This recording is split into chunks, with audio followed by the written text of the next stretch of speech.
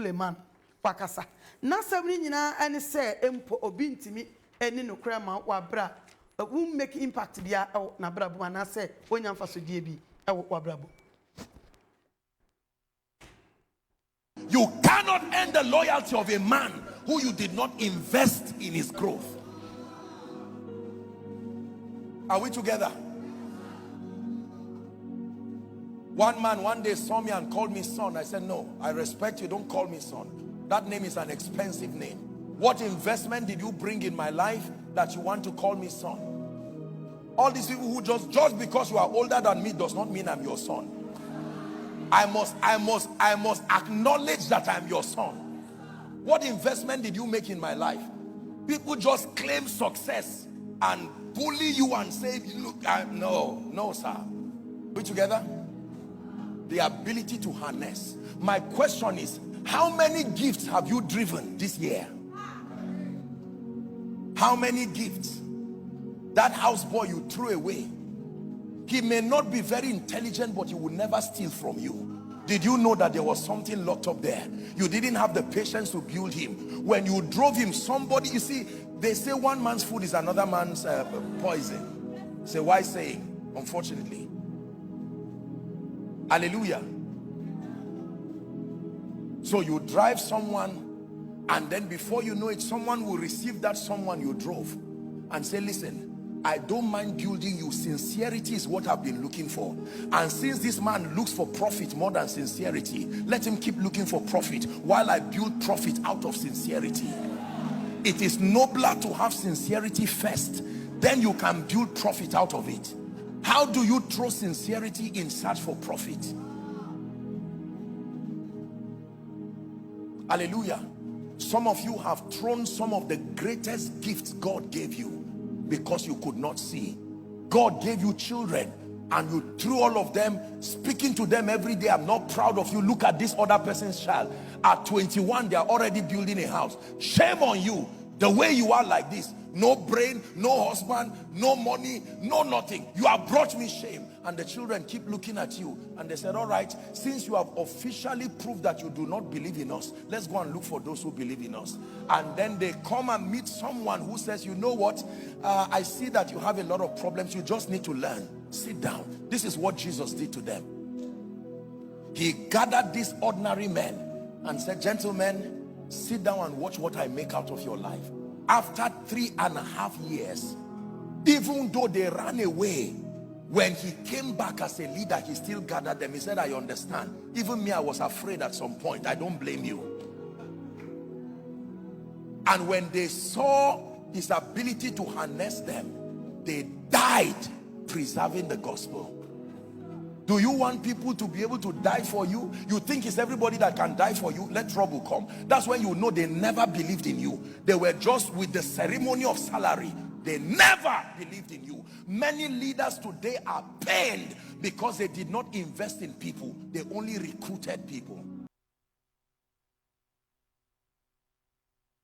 Okay, abusia asamno ani tu ase okofa bi ha no akofa bi ha no akoso ne kon na asade no kan bibi se so obi frɛ me obi frɛ ne se ne san no se onye bibi ama no wo che no nkire se obe frɛ no se oba na asamno ayete se ebia wunyamfo obi bedi no kra ma wa gi se ebia waye bibi wa na brabom da asamno anwuna se fried rice so ne ma ah ohunu ta ho ofa bi ha no ofa bi ha no focus on it.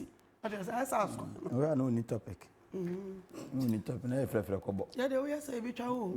We are na message na efrefre kobo. On say prayer bia on share ni team no. We tro ha no best na kobo bi. Fra ya bo bia. Me nem ne bu ya ma mi ja bobo.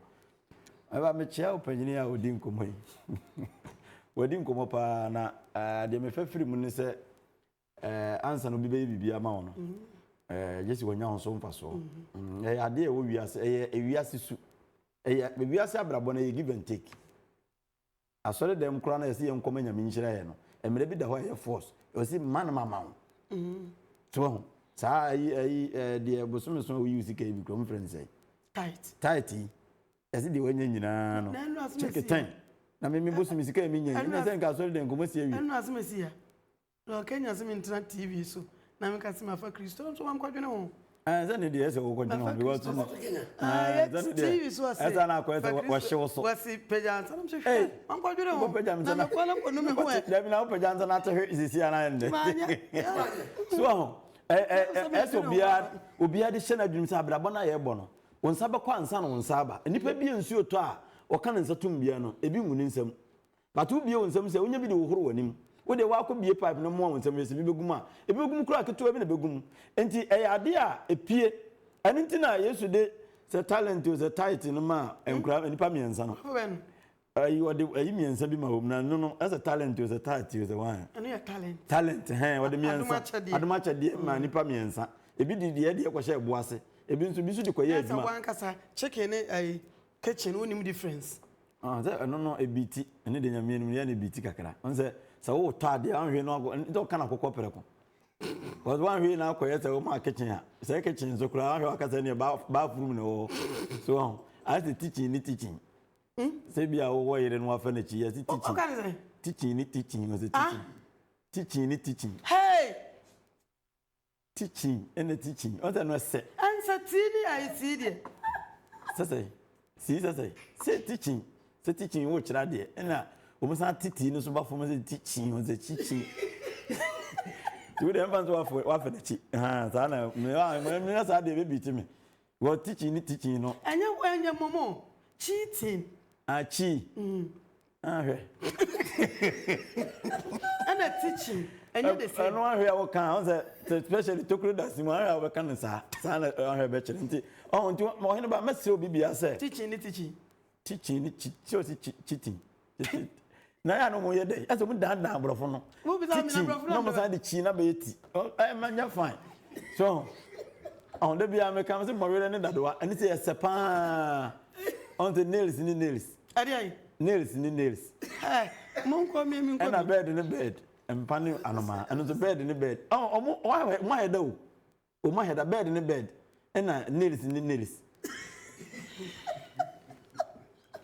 Sa knife ni sieve we say nto so anya esne by knife sieve fufuno on the name bi ha okay we dey mama nkwase onye ba na mi nkwase mesire obi bia so opeso okọ nanim a omomodan no doctor obi ebi wa omomodan no wonsom because say ye de ba normal life mu kra usua adwuma e na ohunu so nti emma say wunye bibi ma obi ana say wonto abodo obi egu ba bia na ofiti ya opeyeyo ebi ni ho ye momoden na ye ntinya me asamase ne ye mfa nante de bia no me kam se ye kwa asole a de bia no okoka esi obeka se na de Peter no po wa ye omudai eno a ne aka bate ye woni me bi wo betim dia kire nkrofo bi kura ye bi okuma so empa dan fo no kan yeto de bia me kayo Usafa so anya de Usafa oh kalme edini me kai respond bi bi sa me kai pa okay so wo so empa dan fo oh bi sa me esmere wo menum pa oh the esmero me bebe menum ko obi amomodina na onwini modikaya obi anwini ni nua because you are thinking your neighbor is almost your neighbor odwene no ho a saa na wonso de ne be anya thinking ba mo kan bi serving your neighbors bibi saa do yon ko so so serving your neighbor of he oh no obi ni serving neighbor no omo de neighbor na kambrofo bia kama pa so when love your neighbor as yourself so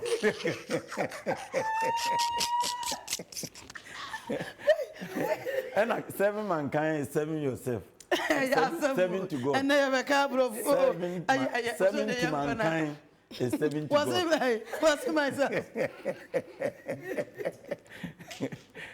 so c'est difficult self listen ça esima samso ato bi ohoro no kama na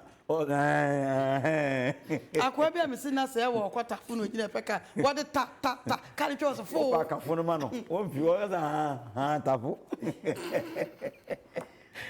ade na go bon asemo akwa kwa mi akwa bi dey si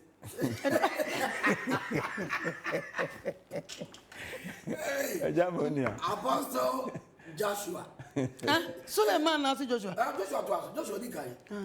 Say abrofo no pronounce no. Antonio no bobo say Joshua. Adam se badu. Ade abadu. You think can we di no gra no. Samuel. Samuel. Hey. Some kind of some here. Abrafo na kan sa. Lady before you lady bi wo de Fatima. Ya kan was Fatima. Na so me nya ho dia fa Fatima. And also for the preacher and Jesus. I need Jesus. Adia Fatima. Na so me nya ho. Divorce somewhere. Divorce some here. Ade na mo yesa. Sa word e wo me Bible ma ma dwene ho a. Samuel no. Say anhwe abaka pisamo. Sam now. Sam now kan. Ye de pi ayi. Anhwe hu abaka pisam. Because on the pin e dikan. Ba Sam bo ne sa. O dey so the pi, on the word na so the pisam. And so me say Sam PS. Me dwene ho a no de. Emre bi aka so bi mi Sam o hwe mu we hunu. I just psychology no. Pisam 23. Say we so bi so che o mom church Sam no to SWM. Na me ndi no say o bro. Which means Pastor Sam. And the boom we no. Asam no monka. No, penny bu baby, I have a company bu baby. Say you should go faba. Preaching oh. Penny bu baby. Penny say akwa so no buy here na chimni. Hwi ni so. Akwa hwi ni so emfifire hwi. Asase ni nyini. Enyini. Anya ka dua ne buom kra ke. Nke ye. Ba wo yes awo. Na me nana no ani age pa. Hwe. Se o ka se sanso le te wa brabo nu. Te so obi a person ye bi mo ade se o nyala so mfa so. E de se ne ka papa so mo ye no no mo hwe ye. Onu so nya so mfa so. Eni aja am ka tenten no. Se so tua. Enti ne no nsa ko ne nsa ba. Oh, mo hwe. Papa am na sa ba. Ka mo hwe ne tu pepe no mo hwe ye ne nana no mo hwe ye. Papa pe no hwe. Tu pepe a hwe. Oh, wa dey. O hwe ye de. E hwe ye. He papa nyo ni ntira me jam ka tenten. Nya ka tenten. Nya bibli man ka nya ka tenten. O mo se de Ka mi nya bi no man ka mi ntimi ka tenten. Mama Esther nyum. Enti da 8 minutes. Na wo ta bo nyum ba o. Mama Esther enti da 8 minutes. E pon fa number man why. Tu pepe na.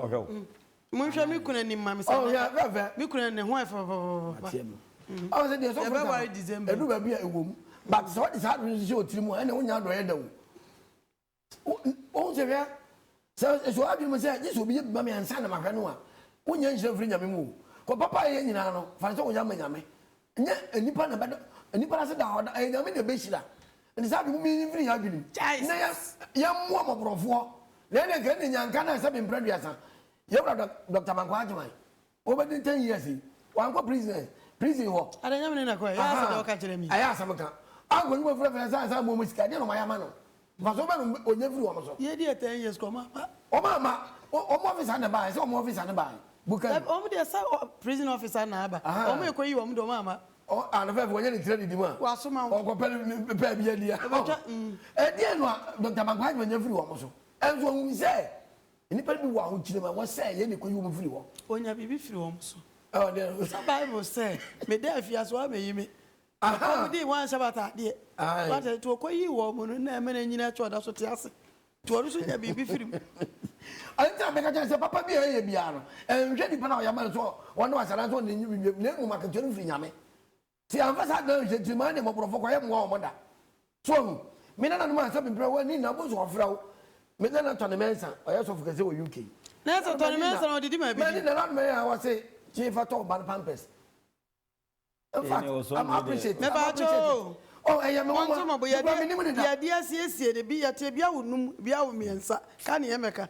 So ati. Oh. Ka de me. I am mama. Be me do de. Me nya hwe me ma no. I was say for ban pampers. Na so Richard me no me boyfriend. Oh, to mesire. Se ko ba say ye obi e bi nya fa so firi so nku an na me ye na do ye de a. Ena Kenya do ye kra wasase so. Na wo ye sa so de so di ma wunya nhire bia. Se no be ka so ko fi pongo. Empe kakra mo se ho papa. Ana fa fe do abi so wo mu so sa. Nipa aba so ye boni aye. Nipa aba wiase ye boni aye papa. Obi kra ya dem okra se me mpre so be fa fo kra appreciate no. Na ana to to sa se. O mamu nhira sen wo gina de bia wo je be de wo nya nhira. Na me na no wo mu. Onim se me ma duru nyu mo na me na onim se me ma ba wa bremu no. Yesi min susu yen susu na ase. Tina de be me ya papa mo no. Ti ya susu ye no mo na bre me watch. Be ma kwa de bia me da me na ya po na de watch bre me. Say ayi wo obi wa America ho. Obi ko ne. Ka adwene ni ko obi na mfa ma ne wo. Bia me bia ma duru no mo na so mo hwe me. Na me ma be ka so woni. Be ma de me da se. Kakra me da se. Be ma de wo da soro. Na kakra me da se. Oh, je jawasam. Oh. Anti me na me ma me kana. Baby madri nyom na so ko me.